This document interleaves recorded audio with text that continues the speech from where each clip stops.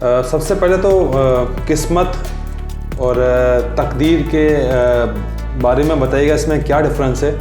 इसके साथ साथ बताइए क्या किस्मत या तकदीर एस्ट्रोलॉजी से ठीक हो सकती है? अगर हो सकती है तो किस तरह से हो सकती है? पहला, इन दोनों में क्या फ़र्क है? आपके नसीब में और आपके तकदीर में क्या फ़र्क है, पहले तो वो बताइएगा, और उसके बाद अगर है तो किस तरह ठीक हो सकती है? देखिए, तकदीर जो है वो फिक्स है, उसको हम डेस्टिनी कहते हैं।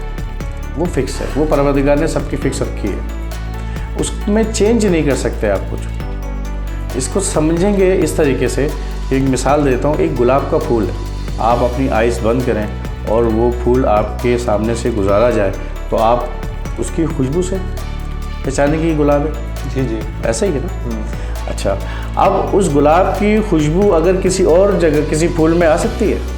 बिल्कुल नहीं आ सकती। इसका मतलब कहीं से भी अगर ये खुशबू आ रही है तो आप ये कहेंगे कि ये गुलाब है। तो गुलाब की जो खुशबू है वो उसकी तकदीर है, वो बदल नहीं सकती किसी सूरत।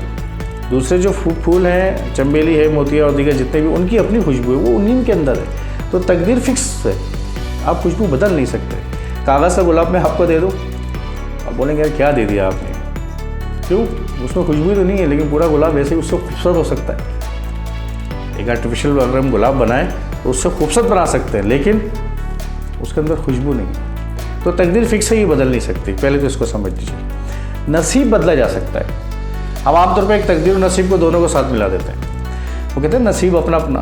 जी, नसीब यू कैन चेंज। कैसे? अब बहुत सारे गुलाब थे, कहीं पे काश्त हो रही है, आपने उस गुलाबों को इकट्ठा किया, टोकरे भरे और मुख्तलिफ जगहों पे उसकी तरसील कर दी गई। ठीक है, कुछ गुलाब कब्रों पे चले गए, मज़ारों पे चले गए, ऐसे ही है जी, और कुछ दूल्हे के सहरे के फूल बन गए। बिल्कुल। तो हर फूल की किस्मत में कहा नाज़े उरूसा। कुछ फूल तो खिलते ही मज़ारों के लिए। मैं गया एक कब्र पे, तो मैं देखा वहाँ गुलाब की खूबसूरत सी टहनी पड़ी हुई थी। जो खूबसूरत लगी कली मैंने उठा ली, अपने साथ रख लिया। कहीं शाम में तकरीब भी चला गया, मैंने उनको जाके दी। अब देखें नसीब गुलाब का कहाँ था, कहाँ से। तो नसीब को बदला जा सकता है, यानी कि ट्रांसफॉर्म कर सकते हैं। एस्ट्रोलॉजी में परवरदिगार ने दो चीज़ें दी हैं। एक डिस्टाइन चीज़ दी है, डेस्टिनेशंस, मतलब कि ये तकदीर है, ये चीज़ के साथ होनी है, और एक फ्री विल दिया है। हर हाउस के दो एट्रीब्यूट्स होते हैं, पॉजिटिव एंड नेगेटिव।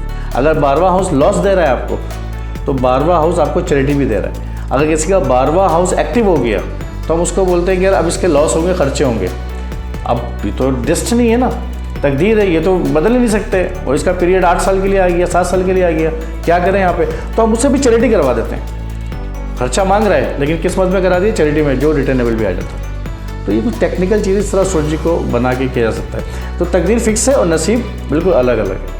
एस्ट्रोलॉजी में जो आपका दूसरा सवाल था कि एस्ट्रोलॉजी में इसको कैसे देखेंगे, तो जो तकदीर है कि यार इसकी डाइवोर्स होगी, लेकिन नहीं चाहिए, डाइवोर्स नहीं करनी, ठीक है, तो वो उसके प्लानिटरी एस्पेक्ट्स को देख के उससे कुछ ऐसे काम करवाने होंगे जिससे, या ऐसा होगा कि यार तुम अपनी वाइफ के साथ मिलके कोई जॉब काम कर लो, या उसको अपने कारोबार में पार्टनर बना लो, या फला कोई अकाउंट, मतलब ये तो हर की बट चार्ट अलग अलग है, उसको देख के बताएंगे। लेकिन but we can solve the problematic area from the astrology chart. लेकिन तकदीर नहीं बदल सकते, नसीब को बदला जा सकता है।